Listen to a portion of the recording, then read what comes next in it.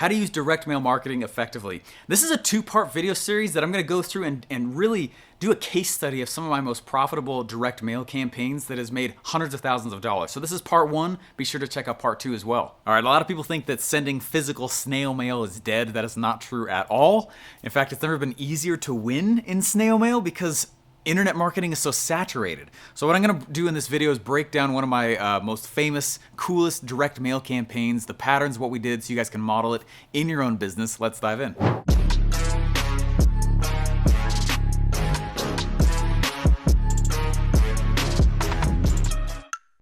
Okay guys, so we use direct mail. Direct mail is a really fun way to get leads, get sales, get clients, and it's because it's still very effective. And similar to what I was just saying, like just because people aren't using it as much, wait, shouldn't that be the reason that you do use it? There's way less competition now. There's obviously junk mail, there's all kinds of like stuff that people don't want, but I want to show you real quick basically how we use direct mail to still get a sale, still get an outcome. Now, it's not done in a traditional sense in terms of I'm not sending envelopes with a letter inside. That is what everybody's doing. It is not new. You look like the bank, you know what I mean? You look like an insurance thing, you look like a bill, and you don't want to look like that. I guess it's not that common anymore, but we call it lumpy mail. This is a style of mail. It's lumpy, right? That has what we call a thud factor, okay? What we want to be able to do is we want to be able to send things to people so that they open it and that there's something inside so that when they drop it on the desk, there's a thud factor. And that's what we call it. Okay, so I'm not talking again of sending letters in like an envelope looking like an insurance company or a bill. Instead, what I do is I send things in bright fluorescent packages. I send things with different objects inside. I send things, we mailed out an eraser. And what I'm gonna do in this video is I'm gonna walk through and share with you 5 different mailers that I have sent out in order. There's 5 parts in this sequence. We sent it to 10,000 people. This is about a year ago. And in each individual package was an object that made it stand out, made it lumpy, and made it so it got past the gatekeeper. And this was an extremely effective campaign. So stick with me. I'm gonna dive through these 5 parts and show you what we did so you guys can do them yourself. All right, so as I show you letter number 1 here, first of all, why are we doing this, right? Why couldn't I just send an email? But half of internet marketing and marketing in general is being new and different, okay? That's the whole goal. You're not trying to be better. You're not trying to be the best. You're actually trying to be new or different. That's very different than better. And so, yes, I could send this letter in an email, but it's different. It's new if I send it out physically. Obviously, it costs more. And if you're like, hey, it's not in my budget, then do something it is. All right. But why are we doing this? First of all, it's a 5-part sequence because that's the standard sales script. So it's 5 parts. And instead of me talking in front of the person through these 5 parts, I just broke it into 5 different pieces of mail and I sent them 2 to 3 weeks apart. Does this make sense? So I sent a piece of mail 2 to 3 weeks, piece of mail 2 to 3 weeks, piece of mail 2 to 3 weeks. And what I'm doing in each one of those 5 is I'm following each core function of pitching. And so the very first one is the origin story. It's the main sales story that should cause a buying emotion. And if that buying emotion gets elicited as they read that first letter, boom, I've done my job. And if not, I've still done my job. I still have to tell that story. So I'm going through each one of these 5, and that's what I'm going to walk through with you guys here. Number 1 is the origin story. And so what I did is I'm going to read a little bit from some of these so that you guys see the type of writing that I'm putting in. And I'm literally, what I would say to somebody on a webinar or what I would say to somebody in person is still what I'm saying. I'm just putting it in typing. That's it. There's no difference in what I'm doing here. Now, before I read this, the way this was presented is we had it folded up, and then we actually put this eraser inside, and that's the lumpy factor, okay? That's the lumpy factor, and we actually had it inside of a very bright fluorescent envelope that was had pizza slices all over it. What?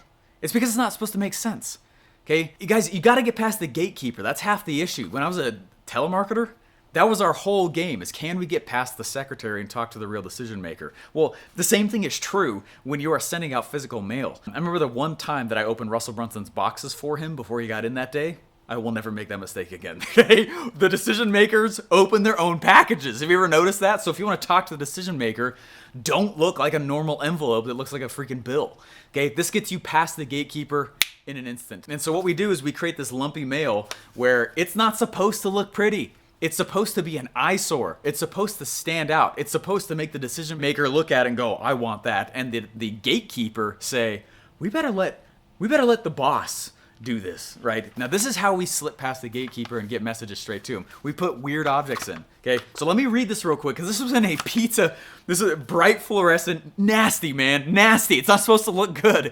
Nasty, nasty package. And we had this this erasers in there. We sent out 10,000 packages altogether, but it was these 5 parts to 2,000 people, hence 10,000 packages. Okay, so this is the type of thing. Well, this actually is the letter. Okay.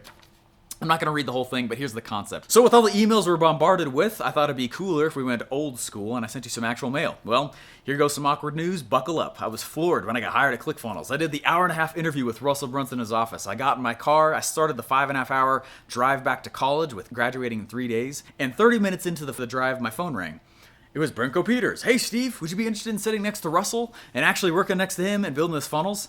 Didn't take long for me to lose my voice, yelling pure relations in the car. I was already a massive ClickFunnels fan, and of course I said yes.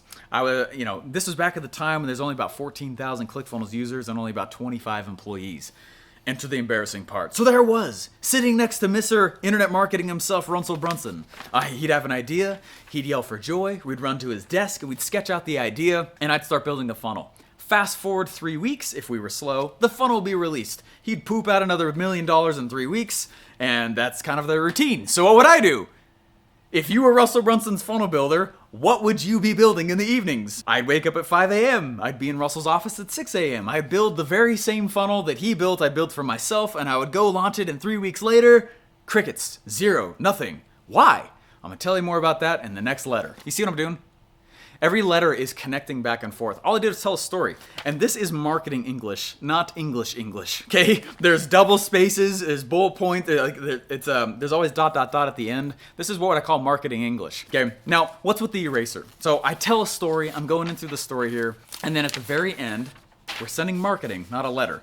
So I have a little call to action. Now, I'm not going to read this whole thing here, but this is basically how I tie it in this eraser. I said, hey, we're doing a big event. It's on these dates. We'd love to have you come. So here's what needs to happen. Step 1, pick up the eraser. Include it inside. Step 2, erase what you had on the dates of the event.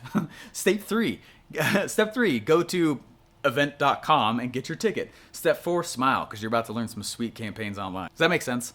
Now, what we're doing is, that's way more interesting than getting a cold call or an email with this, or, does that make sense? Yes, it costs a little bit extra, but in total, this entire campaign, top to bottom, brought in about 10 to 20 grand. We spent about 10 to 20 grand, so we broke even, but then afterward brought in a couple $100,000, okay? It worked very, very well. Okay, so that was letter 1. All right, letter number 2. Now, what I want you to be taking note in of this is to realize again that this entire thing is still a webinar. And that's the thing that people get so messed up about I can't go do a webinar because I can't use the script because I'm not doing a webinar. That's not true at all. The webinar script did not come from webinars, it came from pitching. We just happened to use it on a webinar one day and then it became the webinar script. So I still can use the same script in tons of different ways. So notice that I'm using the script, but just across a whole bunch of different method. I'm just dripping it out across 5 different mailers. So the second letter here, I was like, you know what?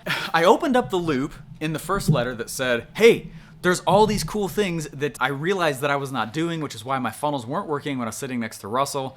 Man, what is that thing? And I say in the letter, stay tuned to letter number 2. Inside of it, there's going to be a toy launcher. So what we did is the very next letter number 2 right here, is we sent out this letter, it's folded up.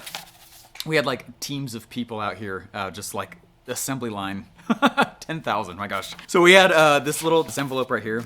And then we had this toy launcher. And I know it's super cheesy, but these are the things that you put on there and and it shoots up in the sky. The whole event was about launching. And so we started putting all these little cheesy launch mechanisms inside their packaging.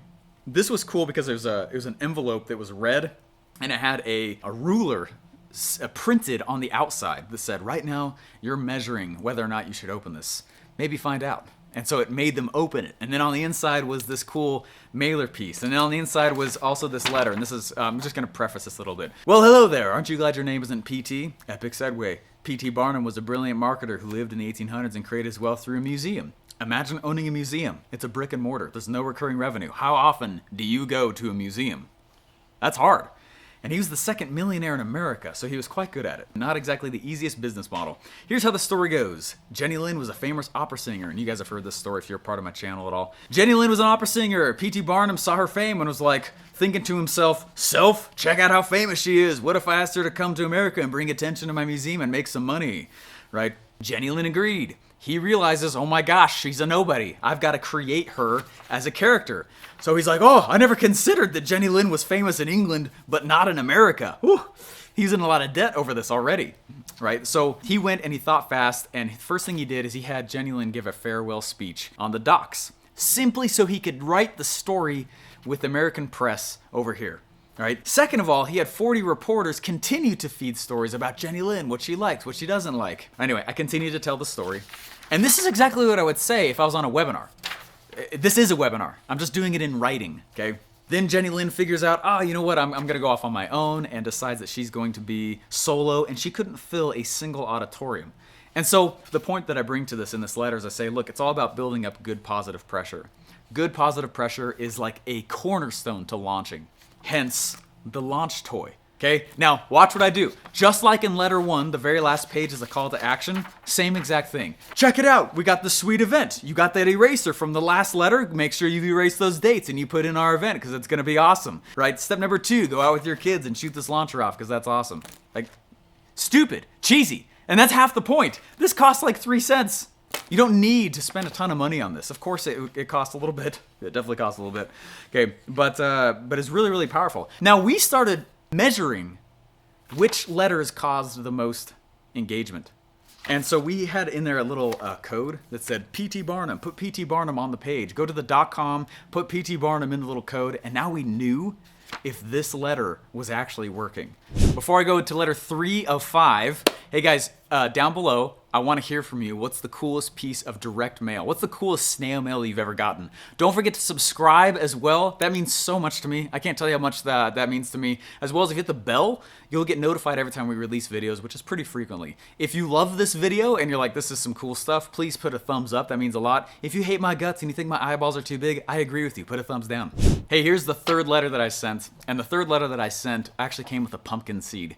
I know it's super cheesy, but that's okay. It's not about being professional. It's about being memorable. And so what we did is we put a pumpkin seed in there, and it was a very small, tight, yellow envelope. We were trying to find them. This is a solid year ago that we sent these, so we've already used most of the stuff. But this letter, though, was pretty cool. You have to understand that psychologically, by the third letter, what's happening in the sale is somebody is saying to themselves, am I big enough to go do what he's talking about?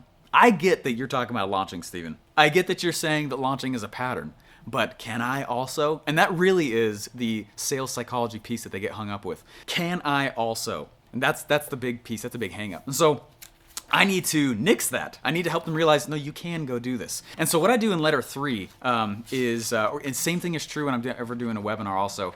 This is a case study of one of my clients. And so all I do is I tell the story of saying like, look, here is somebody who did not have an email list. They had no money for ads.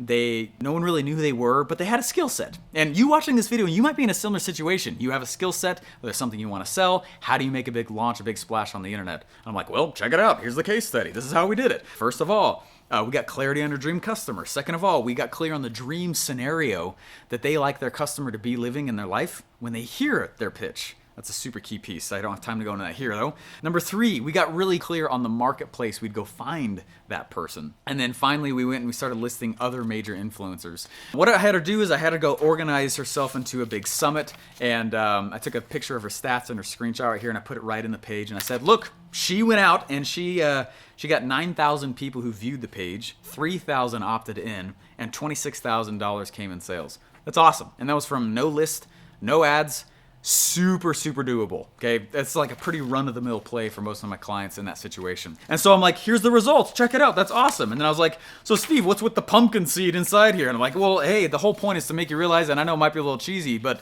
look, plant the seed. You all wish that you planted a tree 10 years ago. The best second time is right now, right? The best time is, go do it, right? And so here's how we do that. Oh, and by the way, check it out. We have the event. Page 3 is the same as all the others. We have the event. Take that eraser. It came in package 1. Erase the dates. Go to the .com. Put in your thing, right? And so what we do at the end of each one of these letters is we want to pretend that they are not all going to read the previous 2 letters. And so marketing never assumes that they've been previously educated. Marketing assumes that this is the first time they've been educated, automated, and so we go back to the same call to action at the end. Hey guys, as we started this video, we realized that we want to go deep with you on this campaign, so we've decided to make this 2 parts. So click here, wherever the screen is, wherever the button is, go to part 2. It should be over here.